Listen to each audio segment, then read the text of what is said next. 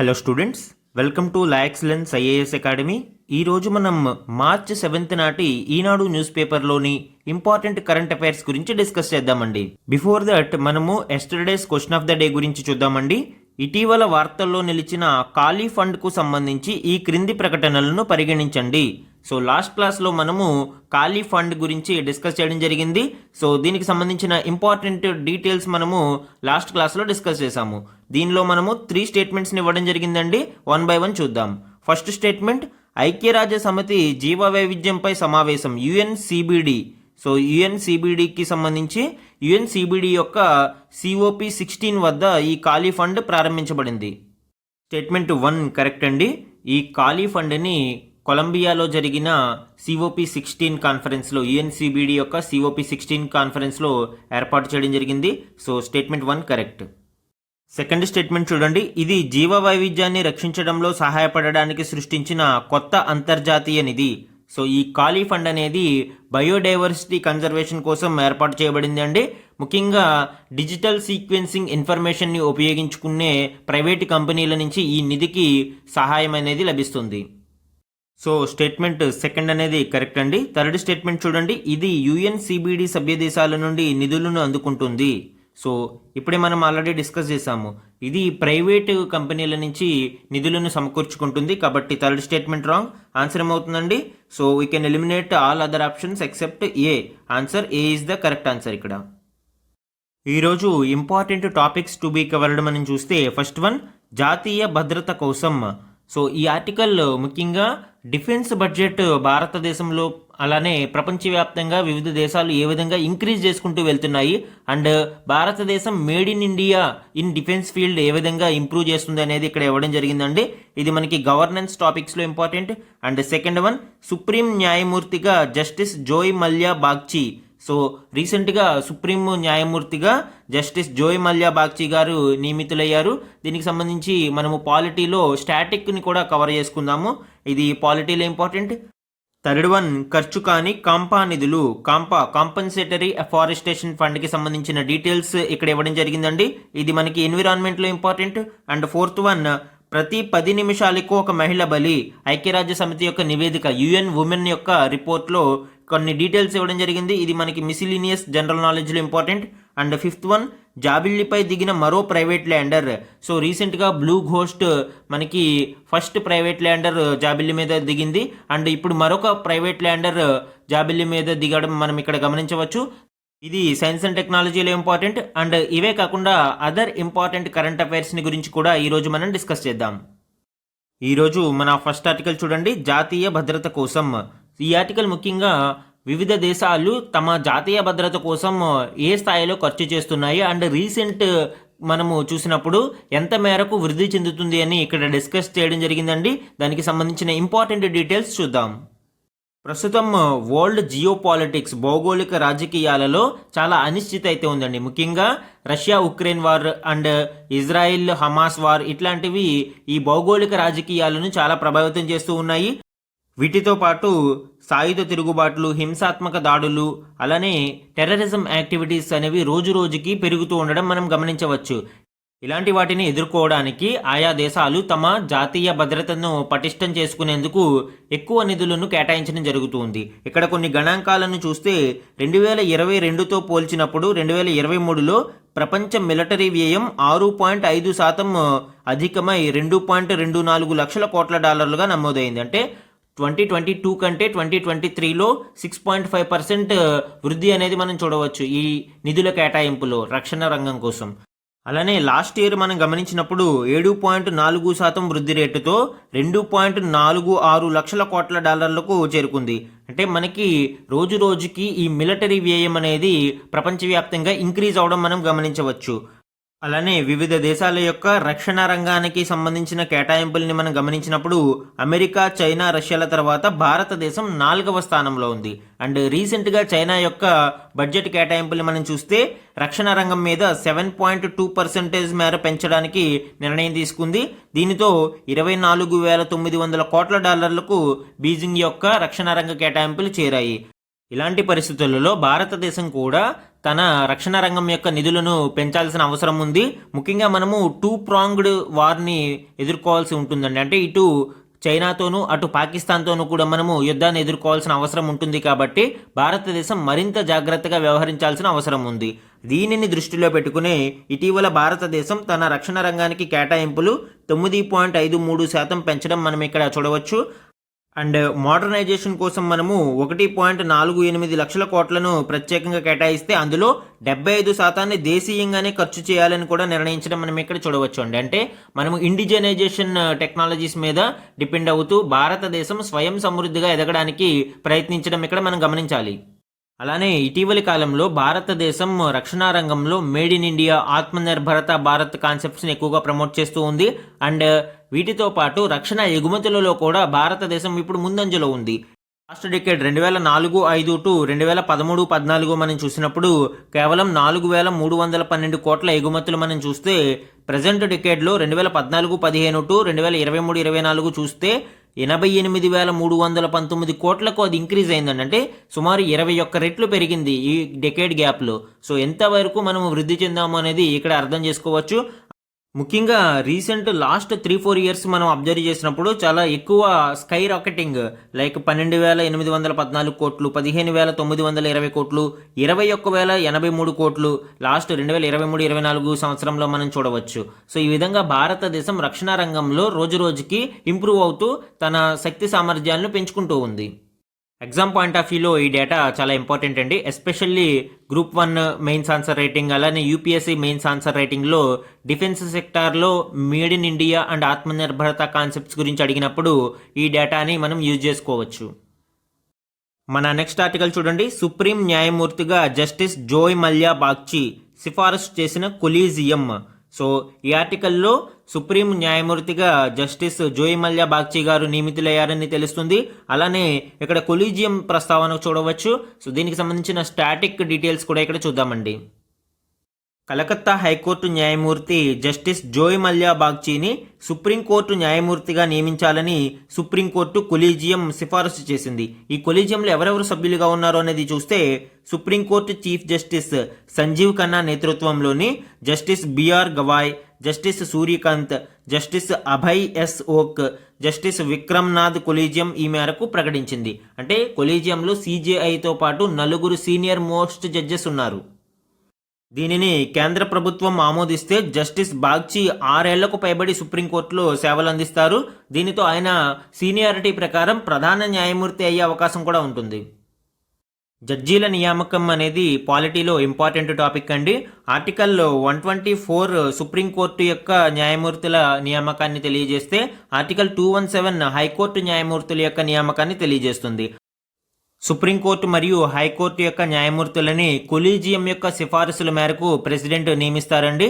అయితే కొలీజియం ప్రస్తావన పూర్తిగా మనకి రాజ్యాంగంలో లేకపోయినా సుప్రీంకోర్టు యొక్క వేరియస్ జడ్జిమెంట్స్లో ఈ కొలీజియంను ఎవాల్వ్ అవుతూ వచ్చింది. సుప్రీంకోర్టు యొక్క 3rd జడ్జెస్ కేసు ఆధారంగా ప్రస్తుతం సుప్రీంకోర్టు న్యాయమూర్తులను నియమించడానికి కొలీజియం వ్యవస్థలో చీఫ్ జస్టిస్ ఆఫ్ ఇండియాతో పాటు 4 సుప్రీంకోర్టు సీనియర్ జడ్జెస్ ఉంటారు. అదేవిధంగా హైకోర్టు విషయానికి వచ్చినప్పుడు చీఫ్ జస్టిస్ ఆఫ్ ఇండియాతో పాటు 2 సీనియర్ మోస్ట్ జడ్జెస్ ఈ కొలీజియంలో ఉంటారు. అండ్ హైకోర్టు జడ్జిల యొక్క నియామక ప్రక్రియలో ఆ రాష్ట్ర గవర్నర్తో పాటు ఆ రాష్ట్ర హైకోర్టు యొక్క ప్రధాన న్యాయమూర్తిని కూడా సంప్రదించవలసి ఉంటుంది. And qualification of supreme court judges విషయానికి ఇక్కడ మనం చూసినప్పుడు, he should be a citizen of India, ఖచ్చితంగా భారతీయ పౌరుడు అయి ఉండాలి.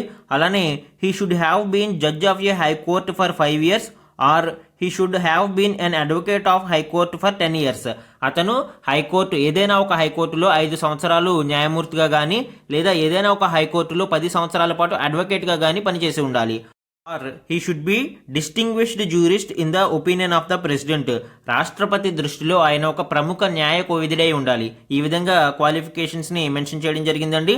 అలానే ఓత్ అంటే ప్రమాణ స్వీకారానికి సంబంధించి సుప్రీంకోర్టు న్యాయమూర్తి చేత ప్రెసిడెంట్ కానీ, ప్రెసిడెంట్ నియమించబడిన వ్యక్తి కానీ ప్రమాణ స్వీకారం చేయిస్తారు. అండ్ టర్మ్ విషయానికి వచ్చినప్పుడు సుప్రీంకోర్టు న్యాయమూర్తులు 65 సంవత్సరాల వరకు కొనసాగుతారు అండి. ఇక్కడ ఇంపార్టెంట్ పాయింట్ ఏంటి అంటే, మినిమం ఏజ్ అనేది ఎక్కడ మెన్షన్ చేయబడలేదు, నో మినిమం ఏజ్. మన నెక్స్ట్ ఆర్టికల్ చూడండి. ప్రతి 10 నిమిషాలకు ఒక మహిళ బలి, ఐక్యరాజ్య సమితి. ఐక్యరాజ్య సమితి యొక్క యుఎన్ ఉమెన్ విభాగం ఒక నివేదికను విడుదల చేయడం జరిగింది. ఆ నివేదికలోని ఇంపార్టెంట్ డీటెయిల్స్ గురించి ఇక్కడ చూద్దామండి. మహిళా దినోత్సవాన్ని పురస్కరించుకుని ఈ నివేదికను ఐరాస మహిళ అంటే యుఎన్ ఉమెన్ సంస్థ విడుదల చేసింది. ఈ నివేదిక ప్రకారం ప్రతి 10 నిమిషాలకు ఒక మహిళ లేదా యువతి తమ భాగస్వామి లేదా కుటుంబ సభ్యుల చేతిలో హత్యకు గురవుతున్నారని తెలిపింది. 2022 నుంచి మహిళలపై అఘాయిత్యాలు కూడా 50% వరకు పెరిగాయని ఈ నివేదిక వివరించడం జరుగుతుంది అండి. అలానే ఇప్పటి వరకు ప్రపంచవ్యాప్తంగా 87 దేశాలలోనే మహిళలు తమ దేశాలకు నాయకత్వం వహించారని ఈ నివేదికలో పేర్కొనడం జరిగింది. ఈ యుఎన్ ఉమెన్ యొక్క డీటెయిల్స్ మనం చూస్తే United nations entity for gender equality and the empowerment of women అంటే ప్రపంచవ్యాప్తంగా మహిళల యొక్క లింగ సమానత్వం మరియు మహిళా సాధికారత కోసం ఈ సంస్థ అనేది కృషి చేస్తుందండి. ఈ సంస్థ 2011 జనవరి నుంచి తన కార్యకలాపాలని కొనసాగిస్తుంది అండ్ దీని యొక్క హెడ్ క్వార్టర్స్ వచ్చి న్యూయార్క్ నగరంలో ఉంది అండి. మన నెక్స్ట్ ఆర్టికల్ చూడండి. జాబిల్లిపై దిగిన మరో ప్రైవేట్ ల్యాండర్. సో ఆల్రెడీ మనము లాస్ట్ వీక్లో ఒక ప్రైవేట్ ల్యాండర్ మొట్టమొదటిసారిగా చంద్రుడి మీద దిగింది అని చెప్పుకున్నాము, బ్లూ ఘోస్ట్. ఇప్పుడు మరో ప్రైవేట్ ల్యాండర్ అమెరికాకే చెందిన ప్రైవేటు కంపెనీ ఇంట్యూటివ్ మిషన్స్ ప్రయోగించిన అథీనా అనే ల్యాండర్ చంద్రుడి దక్షిణ ధ్రువం వద్ద గురువారం ల్యాండ్ అయింది. సో ఇది సెకండ్ ప్రైవేట్ ల్యాండర్గా చెప్పుకోవచ్చు. చంద్రుడిపై ప్రయోగాల కోసం ఈ ల్యాండర్లో ఒక డ్రిల్లింగ్ యంత్రము, డ్రోన్ మరియు 2 రోవర్లని ఏర్పాటు చేయడం జరిగింది అండి. ఈ డ్రిల్లింగ్ యంత్రం ఐస్ మైనింగ్ ఎక్స్పెరిమెంట్స్కి ఉపయోగిస్తారు. అలానే 2 రోవర్లు, ఒకటి యవోకి రోవర్, రెండవది మ్యాప్ రోవర్. సో వీటి ద్వారా చంద్రుని యొక్క ఉపరితలాలని ఫొటోస్ తీయడము అలానే చిన్న చిన్న ఎక్స్పెరిమెంట్స్ కోసం ఇది ఉపయోగపడుతుంది. మన నెక్స్ట్ ఆర్టికల్ చూడండి. ప్రధాని మోదీకి బార్బడోస్ ఉన్నత పురస్కారం. కోవిడ్ కాలంలో అమూల్యమైన సేవలు, సమర్థ నాయకత్వం అందించిన భారత ప్రధానమంత్రి నరేంద్ర మోదీకి బార్బడోస్ దేశం ప్రతిష్టాత్మకమైన honorary order of freedom of Barbados పురస్కారాన్ని ప్రదానం చేసింది. భారత ప్రధాని నరేంద్ర మోదీ గారు తన సమర్థ నాయకత్వంతో ప్రపంచంలోని అనేక దేశాల నుంచి అత్యున్నత పౌర పురస్కారాలని అందుకోవడం మనం గమనించవచ్చు. ఇది భారత విదేశాంగ విధానం యొక్క ప్రోయాక్టివ్ అప్రోచ్ని కూడా సూచిస్తుంది. భారతదేశం తన విదేశాంగ విధానంలో అనేక దేశాలని కలుపుకుంటూ ప్రపంచ స్థాయిలో అనేక దేశాల యొక్క మద్దతును కూడగడుతుంది. మన నెక్స్ట్ ఆర్టికల్ చూడండి. ఖర్చు కాని కాంపా నిధులు. So compensatory afforestation fund. ఇది జనరల్గా అటవీ భూములలో ఏదైనా నిర్మాణాలకు కావచ్చు, ఏదైనా అనుమతులు తీసుకుని అటవీ భూమిని ధ్వంసం చేసినప్పుడు దానికి ప్రతిఫలంగా వేరొక ప్రాంతంలో అటవీ విస్తీర్ణాన్ని పెంచడం కోసం ఈ నిధిని ఏర్పాటు చేయడం జరిగింది అండి. ఈ ప్రైవేటు సంస్థలు ఎవరైతే ఈ అటవీ ధ్వంసానికి పాల్పడుతున్నారో, డిఫారెస్టేషన్కి పాల్పడ్డారో వాళ్ళు ఈ నిధికి కంట్రిబ్యూట్ చేయాల్సి ఉంటుంది. దీనినే కాంపన్సేటరీ అఫారెస్టేషన్ ఫండ్. కాంపన్సేటరీ అంటే కాంపన్సేషన్, ఏదైతే ధ్వంసానికి పాల్పడడం వలన కాంపన్సేషన్ ఇస్తారు. అఫారెస్టేషన్ ఎందుకు, అటవీ విస్తీర్ణాన్ని తిరిగి వేరే ప్రాంతంలో పెంచడం కోసం, అఫారెస్టేషన్ చేయడం కోసం ఈ నిధిని ఏర్పాటు చేయడం జరిగింది. దీని యొక్క ప్రొవిజన్ మనకి ఫారెస్ట్ యాక్ట్ 1980లోనే మనం చూడవచ్చు అండి. అయితే కాంపన్సేటరీ అఫారెస్టేషన్ ఫండ్ యాక్ట్ 2016 నుంచి ఇది ఒక చట్టబద్ధ నిధిగా అమలు చేయబడుతుంది. దీనిలో 2 నిధులు ఉంటాయి. ఒకటి నేషనల్ లెవెల్లో నేషనల్ కాంపన్సేటరీ అఫారెస్టేషన్ ఫండ్, అలానే స్టేట్ లెవెల్లో స్టేట్ కాంపన్సేటరీ అఫారెస్టేషన్ ఫండ్స్ అనేవి 2 నిధులు ఏర్పాటు చేయబడతాయి. ఈ నిధులు non lapsable and interest bearing, అంటే ల్యాప్స్ అవ్వవు ఇవి, అలానే ఇంట్రెస్ట్ కూడా ఇవి జనరేట్ చేయగలుగుతాయి.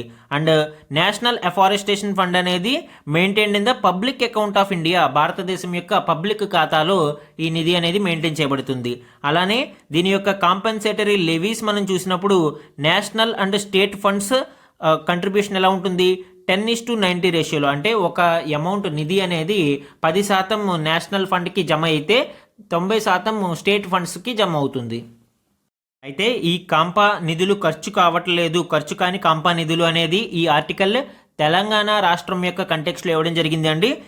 ఈ కాంపా నిధులు ఖర్చు కాకపోవడం వలన అడవులు మరియు వన్యప్రాణుల సంరక్షణ మీద ప్రభావం చూపుతుంది అని, అలానే ఏటికేడు తగ్గిపోతున్న వార్షిక నిధుల కేటాయింపు ఆ మొత్తం నిధులలోనూ కూడా విడుదల మరియు ఖర్చు అరకొరగానే ఉంటున్నాయని ఇక్కడ ఈ ఆర్టికల్లో మెన్షన్ చేయడం జరిగింది. ముఖ్యంగా తెలంగాణలో మనము గణాంకాలని పరిశీలిస్తే 2022-23లో 950 కోట్లు కేటాయించగా కాంపా నిధులు 2024-25కు వచ్చేటప్పటికి అవి 418.42 కోట్లకు పరిమితమయ్యాయి. అదేవిధంగా మార్చి 1 వరకు ఈ నిధులలో విడుదల చేసింది కేవలం 167.6 కోట్లు మాత్రమే, అంటే కేవలం 40% కూడా విడుదల కాలేదు. ఇక్కడ అబ్జర్వ్ చేయాల్సింది ఏంటి, మనకి ఏటికేడు నిధులు తగ్గిపోతూ ఉన్నాయి, అలానే ఉన్న నిధులు కూడా పూర్తి స్థాయిలో విడుదల కావడం లేదు. అలానే వెరీ రీసెంట్గా సుప్రీంకోర్టు కూడా ఈ విషయం మీద సీరియస్ అవ్వడం జరిగింది అండి. ఈ కాంపా నిధులని దారి మళ్లిస్తున్నారు అని సుప్రీంకోర్టు సీరియస్ అవ్వడం కూడా మనం గమనించవచ్చు. అండ్ సమ్ ఇంపార్టెంట్ వన్ లైనర్స్ని ఇక్కడ మనం చూసినప్పుడు, ఫస్ట్ వన్, అసంఘటిత కార్మికులు సంక్షేమ పథకాలను పొందడంలో సహాయపడడానికి రూపొందించిన ఈ శ్రమ్ పోర్టల్ 2025 జనవరి నాటికి ఎన్ని భాషల్లో అందుబాటులో ఉంటుంది? మొత్తం 22 భాషల్లో అందుబాటులోకి వస్తుందండి. ప్రారంభంలో ఈ శ్రమ్ పోర్టల్ ఇంగ్లీష్, హిందీ, కన్నడ మరియు మరాఠీ భాషల్లో అందుబాటులో ఉండేది. ఇప్పుడు ఈ పోర్టల్ని 22 భాషలకి అభివృద్ధి చేశారు. అలానే ఈ శ్రమ్ పోర్టల్ గురించి మనం చూసినప్పుడు, ఈ Shram card received after registration will be accepted across the country. ఈ శ్రమ్ కార్డ్ అనేది మొత్తం భారతదేశం అంతా వర్తిస్తుంది. అండ్ సమ్ ఇంపార్టెంట్ బెనిఫిట్స్ని మనం చూసినప్పుడు, accidental insurance coverage through PMSBY for a year, అంటే ప్రధానమంత్రి సురక్ష బీమా యోజన ద్వారా యాక్సిడెంటల్ ఇన్సూరెన్స్ కూడా ఇందులో కవర్ చేయబడుతుంది 1 సంవత్సరం పాటు. And 2 lakh in case of accidental death and permanent disability. అసంఘటిత కార్మికులు తమ పనిచేస్తున్న స్థలంలో వాళ్ళకి ఏదైనా యాక్సిడెంట్ అయినా లేదా దాని ద్వారా చనిపోయినా, పర్మనెంట్గా డిజబుల్ అయినా వాళ్ళకి 2 లక్షల రూపాయల బీమా అందించబడుతుంది. అలానే 1 lakh in case of partial disability, అంటే కొద్ది మొత్తంలో పార్షియల్ డిజేబుల్ అయినప్పుడు అలాంటి సమయంలో 1 లక్ష రూపాయల వరకు ఇన్సూరెన్స్ అందించబడుతుంది. And social security benefits will be delivered through ఈ శ్రమ్ పోర్టల్. ఈ శ్రమ్ పోర్టల్ ద్వారా ఈ బెనిఫిట్స్ అనేవి, సోషల్ సెక్యూరిటీ బెనిఫిట్స్ అనేవి అందించబడతాయి. నెక్స్ట్ వన్ చూడండి, 2025 జనవరి 6న ఏ సంస్థ పంచాయత్ సే పార్లమెంట్ 2.0 అనే కార్యక్రమాన్ని ప్రారంభించింది? జాతీయ మహిళా కమిషన్ ఈ కార్యక్రమాన్ని ప్రారంభించడం జరిగింది అండి. లోక్సభ సెక్రటేరియట్ గిరిజన వ్యవహారాల మంత్రిత్వ శాఖ సహాయంతో జాతీయ మహిళా కమిషన్ ఈ కార్యక్రమాన్ని ప్రారంభించింది. దీని యొక్క ముఖ్య ఉద్దేశం ఏంటండి? గిరిజన మహిళా ప్రతినిధులకు సాధికారత కల్పించడమే లక్ష్యంగా గిరిజన నాయకుడు, స్వాతంత్ర సమరయోధుడు భగవాన్ బిర్సా ముండా 150వ జయంతి పురస్కారాలను పురస్కరించుకుని ఈ కార్యక్రమాన్ని ప్రారంభించడం జరిగింది. అండ్ నెక్స్ట్ వన్ చూడండి, దేశంలో central drugs standard control organisation యొక్క అధికార గుర్తింపు పొందిన మొదటి ఆయుర్వేద వైద్య పరికరంగా ఏది వార్తల్లో నిలిచింది? సో ఈ CDSCO యొక్క అధికార గుర్తింపు పొందిన ఆయుర్వేద వైద్య పరికరంగా నాడీ తరంగని అనేది ఒక పల్స్ డయాగ్నోస్టిక్ పరికరం. దీనిని ఈ CDSCO అధికారికంగా గుర్తించడం జరిగింది.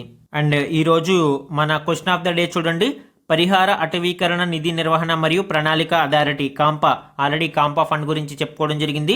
దీనికి సంబంధించి 3 స్టేట్మెంట్స్ని ఇవ్వడం జరిగిందండి. ఇందులో కరెక్ట్ స్టేట్మెంట్స్ని ఐడెంటిఫై చేసి ఆన్సర్ని కామెంట్ సెక్షన్లో కామెంట్ చేయండి. ఇది ఈరోజు ఈనాడు న్యూస్ పేపర్లోని ఇంపార్టెంట్ కరెంట్ అఫైర్స్ మీద డైలీ డిస్కషన్ అండి. Thank you for watching.